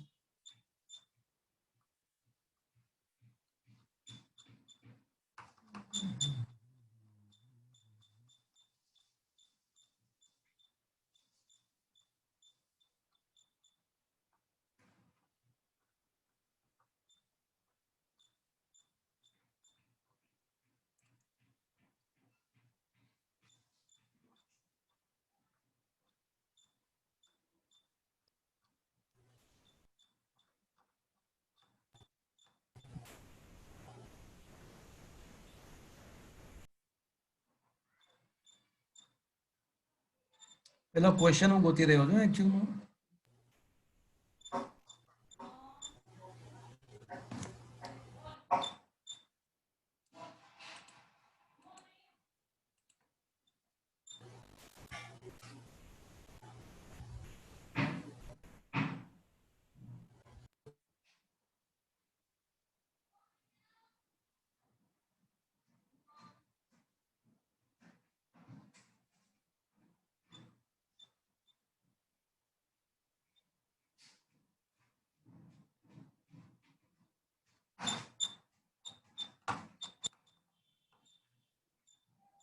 કઈ નહીં, આગળ ઉપર ચેપ્ટરમાં આવવાનો જ છે અને હું કહું એ સાચું જ છે. કોઈ બોલ્યું તો હમણાં એડવાન્સમાં પૂછાયો? કોણ બોલ્યું એડવાન્સમાં પૂછાયો તો ક્વેશ્ચન? એવું કોણ બોલ્યું હમણાં? હમણાં કોઈ બોલ્યું ને આ ક્વેશ્ચન એડવાન્સમાં પૂછાયો તો એવું? કોણ બોલ્યું? મારો અવાજ આવે છે મિત્રો તમને? હા સર. હા સર. એટલે कौन बोलिए वो हमारा एडवांस में पूछा था क्वेश्चन है वो. हाँ ये रहा, मिल गया मिल गया मिल गया. जो आ क्वेश्चन नंबर 4 देखो, सीबीएसई पीएमटी में पूछा था क्वेश्चन છે એટલે પીએમટી નો મતલબ આપણો નીટની એક્ઝામ. તો નીટમાં પૂછાયેલો ક્વેશ્ચન છે. નીટમાં પણ આ સિમિલર ક્વેશ્ચન પૂછાઈ ગયો.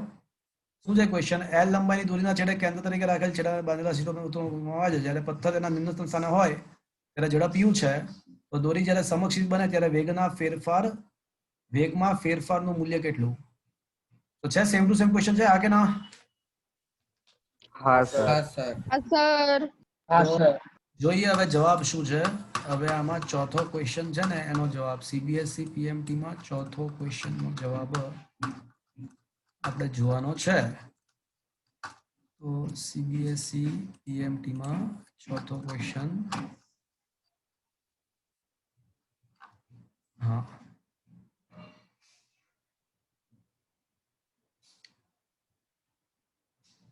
હા જો ચોથો ક્વેશ્ચન માં શું આન્સર આપ્યો જો તો મિત્રો છે બરાબર? આપણે જે હા સર. હા સર. ખબર પડ્યો? હા સર. હા સર. અંતિમ વેગ પહેલા શોધ્યો. જો પહેલા અંતિમ વેગ શોધ્યો અને પછી વેગનો ફેરફાર કર્યો. જો અંતિમ વેગમાંથી પ્રારંભ અને પછી એનું મૂલ્ય શોધ્યું. ખબર પડી તમને? હા sir. Is it okay? So it is Yes sir. and that was an interesting question. Is it okay? હા સર. ચલો once again getting back to the points. ચલો આગળ 100 સુધીમાં ડાઉટ્સ પૂછો. અપ ટુ 100 ડાઉટ પૂછો. Sir 100. Question number 100. Okay,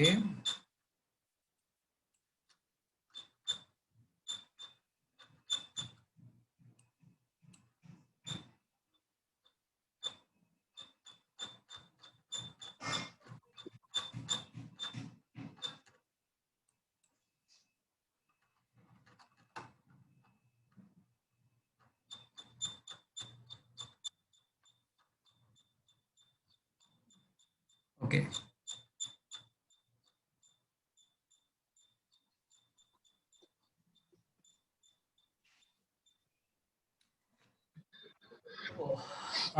question number 100. ઘડિયાળનો minute કાંટો એક ભ્રમણ પૂરું કરે તો તેના છેડાના બિંદુનો વેગનો ફેરફાર કેટલો? શું આવે મિત્રો? એક ભ્રમણ પૂરું કરે તો શું થાય? જ્યાં હતો ત્યાં પાછો આવે. તો પ્રારંભિક વેગ અને અંતિમ વેગ માટે શું કહી શકાય? એક પૂરું કરે તો જે હતી અવસ્થા પાછી આવી જશે અને એની જ અવસ્થા પાછી આવી જાય તો પ્રારંભિક વેગ અને અંતિમ વેગ સમાન થઈ જાય. તો વેગના ફેરફારનું મૂલ્ય શું આવશે? શૂન્ય. શૂન્ય. પણ આ એક ભ્રમણના બદલે કંઈક 15 સેકન્ડ કે એવું કંઈક આપ્યું હોત ને તો વધારે મજા આવે, તો કંઈક ક્વેશ્ચન સારો બનત. હું તમને બતાવું છું. હા જો આ 93 અને 94 ક્વેશ્ચન દેખો. That are good. આખું ભ્રમણ પતે તો ત્યાં ને ત્યાં પાછું આવી જાય એટલે પ્રારંભિક અવસ્થા અને અંતિમ અવસ્થા સમાન આવે એટલે વેગના ફેરફારનું મૂલ્ય શૂન્ય જ થઈ જાય. પણ આ સારો છે 93મો question. Look at the question 93. તો ઘડિયાળનો કાંટો છે સેકન્ડ કાંટો, એની ઝડપ v છે. તો મિત્રો સેકન્ડ કાંટો છે ને સ્ટાર્ટિંગમાં માની લો કે અહીંયા આગળ 12 પર છે. તો એ સેકન્ડ કાંટાનું જે અંત્ય બિંદુ છે એના વેગની દિશા એટલે આ વર્તુળ ગતિના સ્પર્શક દિશામાં આવશે.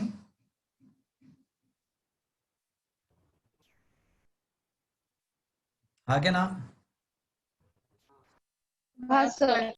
અને હવે 15 સેકન્ડમાં આપણને ખબર છે કે 12 પર સેકન્ડ કાંટો હોય તો ક્યાં આવી જશે? હવે 15 સેકન્ડ બાદ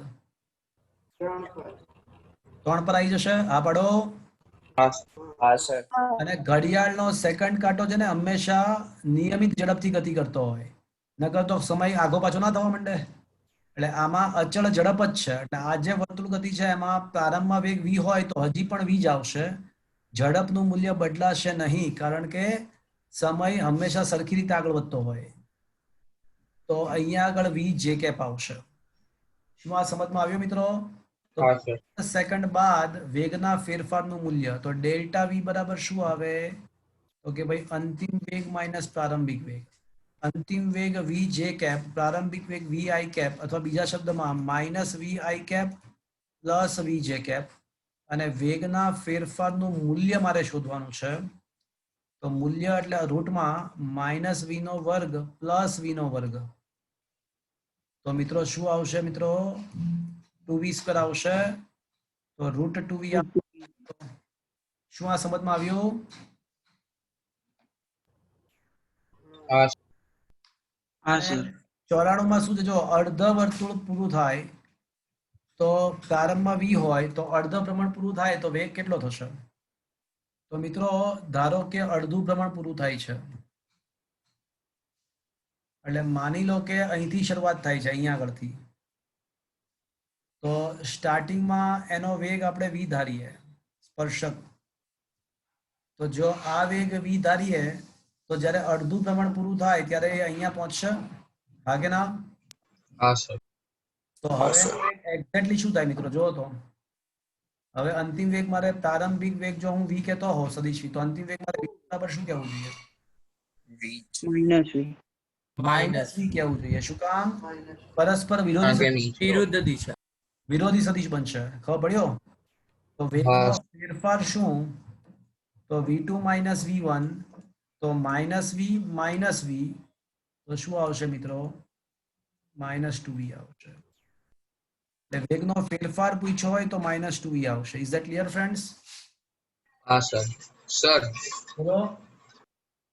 એવું પૂછ્યું હોત કે 1.5 કલાકમાં મિનિટ કાંટાનું પરિભ્રમણ કેટલું થાય તો શું આવે? તો કરો ને, તમે જાતે કરો. દોઢ કલાકમાં ક્યાંથી ક્યાં પહોંચે? પ્રારંભિક અવસ્થા કઈ હશે? અંતિમ અવસ્થા કઈ હશે? તો 1.5 કલાકમાં ક્યાં હોય? તો 12, તો એક્ઝેક્ટલી અડધું જ આવે. આ જ જવાબ આવશે. આ જ જવાબ આવશે.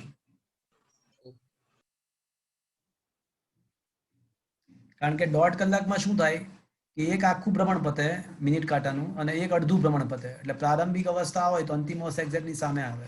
Is it clear? હા સર. એ તો વિચારી શકાય. તમે હવે એમ પૂછો કે સાહેબ હવે 1.5 કલાકમાં આપણે 45 મિનિટ આપી હોય તો શું થાય? 60 મિનિટ, 50 મિનિટ આપી હોય તો શું થાય? તો એ બધું વિચારી શકાય. એ બધું જ વિચારી શકાય. Is that clear? Yes sir. Yes sir. પણ મિત્રો આજે હું તમને એક મસ્ત વાત કહેવા તરફ જઈ રહ્યો છું. એકદમ જકાસ વાત કહેવા તરફ જઈ રહ્યો છું. મારી વાત ધ્યાનથી સાંભળજો મિત્રો. એકદમ જકાસ વાત કહું. બહુ બધી જગ્યાએ તમને આ વાત કામ આવશે. તો હું જે બોલું છું એ ધ્યાનથી સાંભળજો. એકદમ જકાસ શોર્ટકટ તારવીશું આપણે.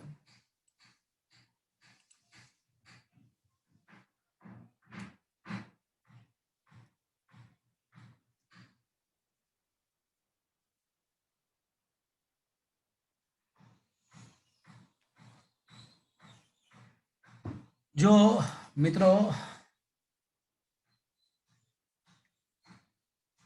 માની લો કે તમારો પ્રારંભિક સદિશ આ છે અને અંતિમ સદિશ આ છે, અને પ્રારંભિક અને અંતિમ સદિશ વચ્ચેનો ખૂણો ધારો કે થીટા છે. પ્રારંભિક અને અંતિમ સદિશ વચ્ચેનો ખૂણો ધારો કે થીટા છે. એટલે આ કોઈ આપણો ધારો કે કોઈ સદિશ, આપણે આને ધારો કે R1 કહી દઈએ, અને આ સદિશને આપણે R2 કહી દઈએ. તો મિત્રો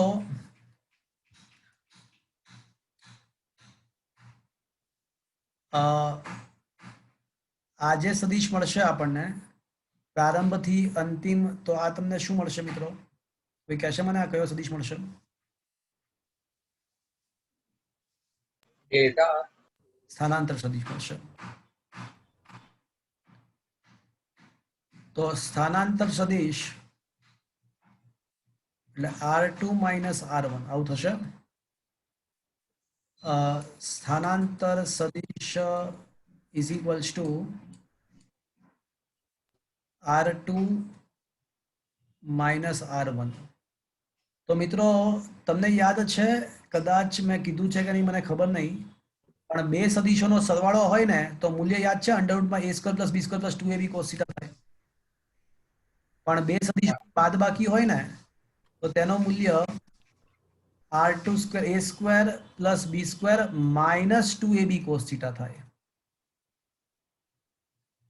જો કોઈ બે સદિશ વેક્ટર r, આ નિયમ કદાચ મેં તમને સાબિત કરી આપ્યો છે, એકવાર નહીં 2-3 વખત સાબિત કર્યો છે કે બે સદિશોનો સરવાળો હોય ને મિત્રો તો પરિણામી સદિશનું મૂલ્ય રૂટમાં a square plus b square plus 2ab cos θ થાય, જ્યાં θ એટલે તેમની વચ્ચેનો ખૂણો. પણ માની લો કે બે સદિશોની બાદબાકી તમે શોધવા માંગો છો, બાદબાકીનું મૂલ્ય શોધવા માંગો છો, તો એના માટે પણ સૂત્ર એવું જ છે, સાબિત કરી શકાય છે, સાબિત કરીશું નહીં સ્વીકારીશું કે a square plus b square, પણ શું લખવાનું minus 2ab cos θ. Is that clear? આગળ R1 અને R2 બંનેનું મૂલ્ય તો R જેટલું જ છે, ત્રિજ્યા જેટલું જ છે. R1 અને R2 બંને ત્રિજ્યા જ છે, તો R square plus R square minus 2R square cos θ. ચલો અહીંયા સુધી પહોંચ્યા બધા? અહીંયા સુધી પહોંચ્યા? હા સર.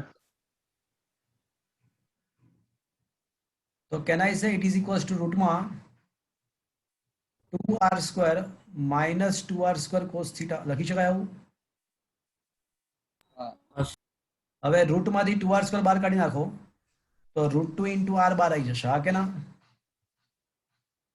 √2 R આવી જશે અને અંદર શું થશે? અંદર 1 minus cos θ. ઓકે. શું મિત્રો મેથ્સની અંદર તમને આવું શીખવાડવામાં આવે છે કે cos 2 θ is equals to 2 cos square θ minus 1, આવું કઈ શીખવાડવામાં આવે છે મેથ્સમાં?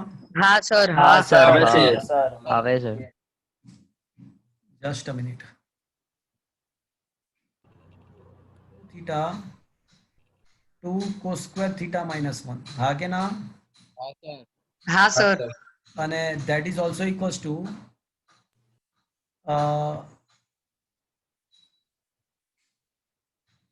તો આના સિવાય બીજું શું લખી શકાય? 1 plus cos θ equals to 2 cos square θ. એટલે આવું તમે શીખતા હશો કે 1 plus cos θ 1 plus cos θ, એટલે આ જવા દો, પણ તમે આવું શીખતા હશો કે 1 plus cos 2 θ હોય ને તો 2 cos સ્ક્વેર θ થાય, અને 1 minus cos 2 θ હોય ને તો 2 sin સ્ક્વેર θ થાય. શું આવું કઈ શીખવાડે છે? હા સર. આવે છે? હા સર. હવે અહીં માની લો કે આ સૂત્ર વાપરવા છે, પણ માની લો કે 2 θ ના બદલે θ લખવું છે, તો 1 plus cos θ લખીએ તો અહીંયા શું આવશે? θ 2 by cos 2. square θ by 2. અને 1 minus cos θ લખીએ તો શું આવશે? 2 sin square θ by 2. તો બાયોલોજી વાળા માટે આ એક નવા સૂત્ર શીખવા મળ્યા. મહેરબાની કરીને લખી જ નાખવા. તો અહીંયા આગળ રૂટની અંદર 1 minus cos θ છે તો હું શું લખીશ?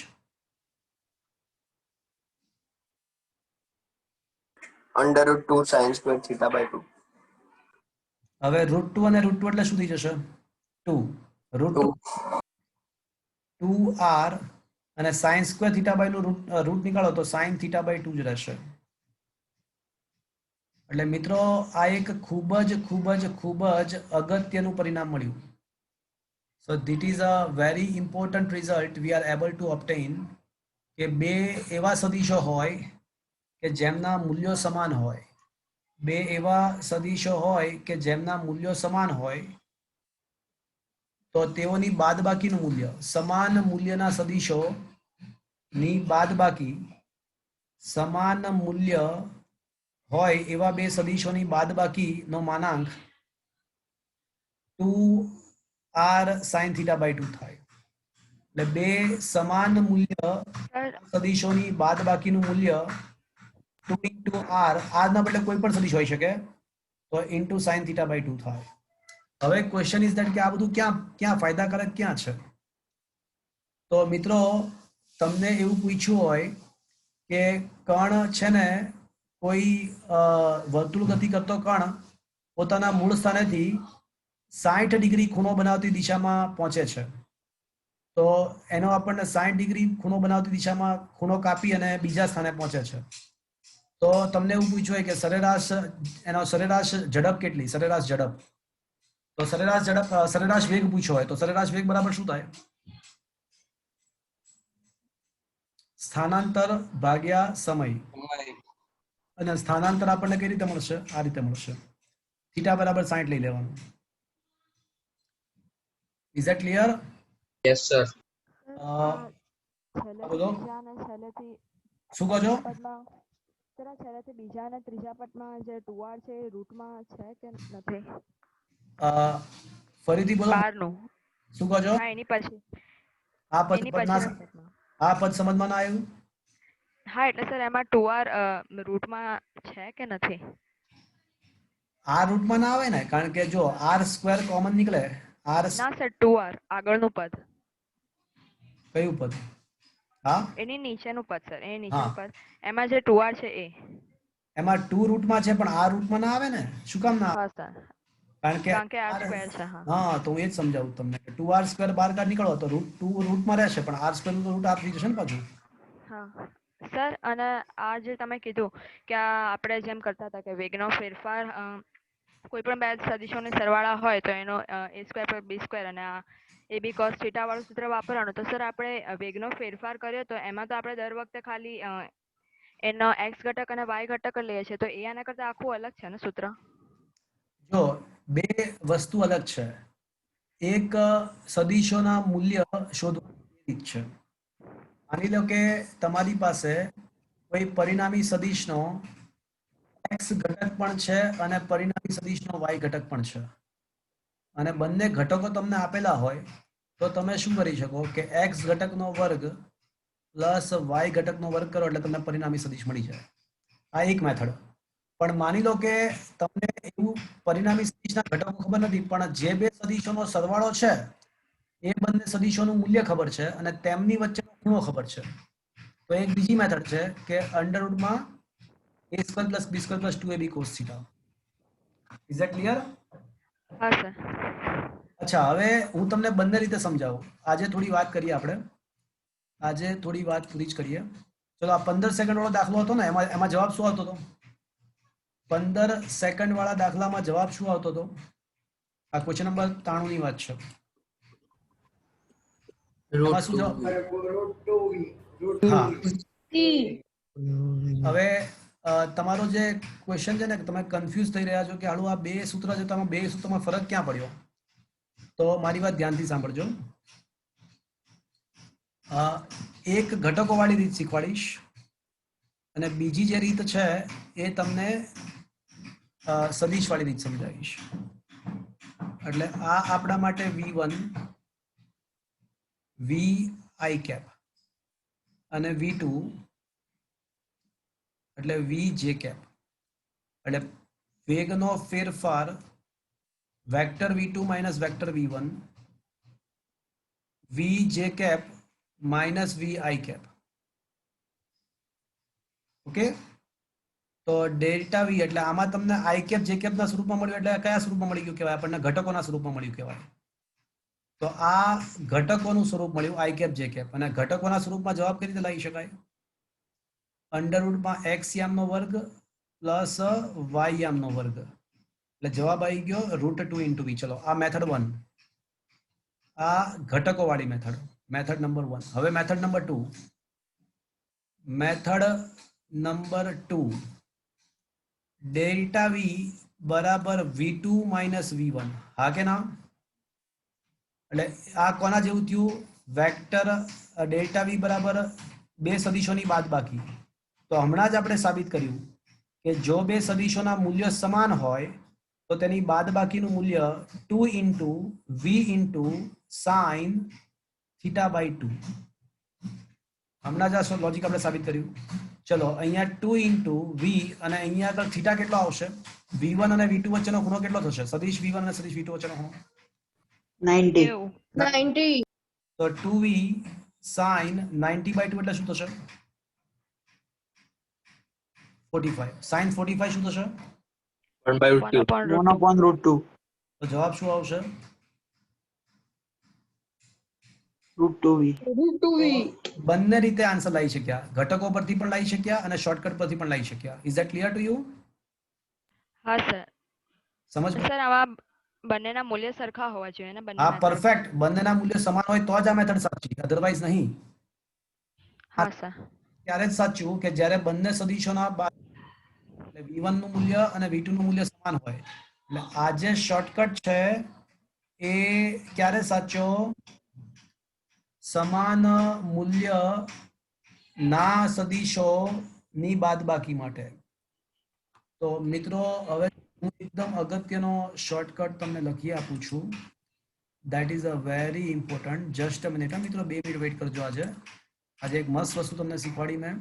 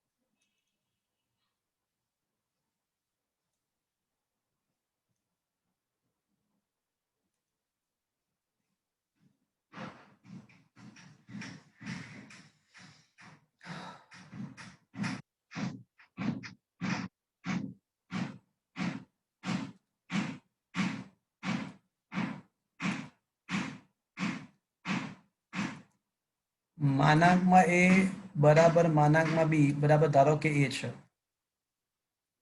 તો પરિણામી સદિશનું મૂલ્ય 2a cos થીટા બાય 2 થાય. આ તમે જાતે ઘરે સાબિત કરજો. સાઇન વાળું સૂત્ર બાદબાકી માટે મેં સાબિત કરી આપ્યું હતું. સેમ ટુ સેમ સીધી વસ્તુ છે ને. જો અહીંયા તમે જુઓ તો શું આવે?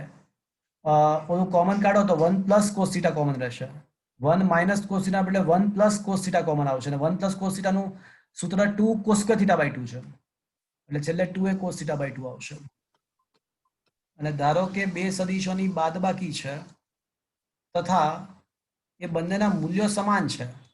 ધારો કે એ બંનેના માનાંક સમાન છે અને ધારો કે a છે, તો એ બાદબાકીનું માનાંક શું આવશે મિત્રો? 2a sin થીટા બાય 2 આવશે. Is that clear? તો આ એક અગત્યની વસ્તુ આપણને શીખવા. Is it okay? હા Yes, સર. sir. હા સર. હા સર.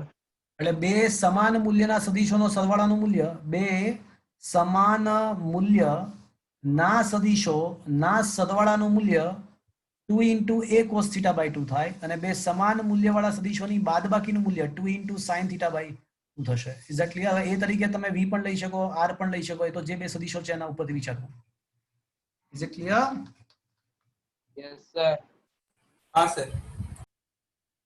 ચલો તો મિત્રો, once again getting back to the point. ચલો, નિયમિત વર્તુળમય ગતિ 100 સુધી પતી ગયું છે આપણું, હે ને? હવે 100 થી 110, ચલો 110 સુધી આજે પતાવી જઈએ આપણે. અને આવતા લેક્ચરમાં સંપૂર્ણપણે પ્રક્ષિપ્ત ગતિ અને પ્રક્ષિપ્ત ગતિ પછીના બધા આલેખવાળા ક્વેશ્ચન ઇન શોર્ટ આવતા લેક્ચરમાં તમે જ્યારે આવો ત્યારે 170 175 સુધી સોલ્વ કરીને લાવજો બધું જ. આવતા લેક્ચરમાં આવો ત્યારે 175 સુધી એટલે 110 થી 175 સેકન્ડ લાવવા. અત્યારે મને કહો કે 110 સુધીમાં પૂછો.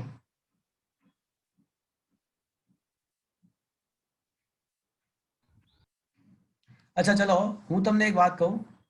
તમે છે ને આ 110મો ક્વેશ્ચન વિચારજો અને નેક્સ્ટ ટાઈમ તમે આવો ત્યારે 110મા ક્વેશ્ચન વિશે મને જવાબ આપજો કે શું આવવું જોઈએ આન્સર.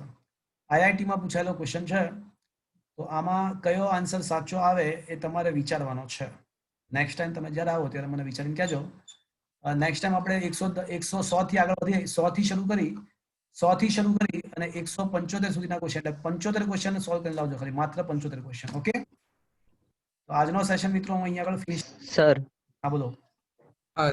સર આમાં અવમંદન એટલે એ ઊભું ના રહે ને લોલક? અવમંદન થવું એટલે ધીમે ધીમે વેગ ઘટતો જાઓ એવું કહી શકાય.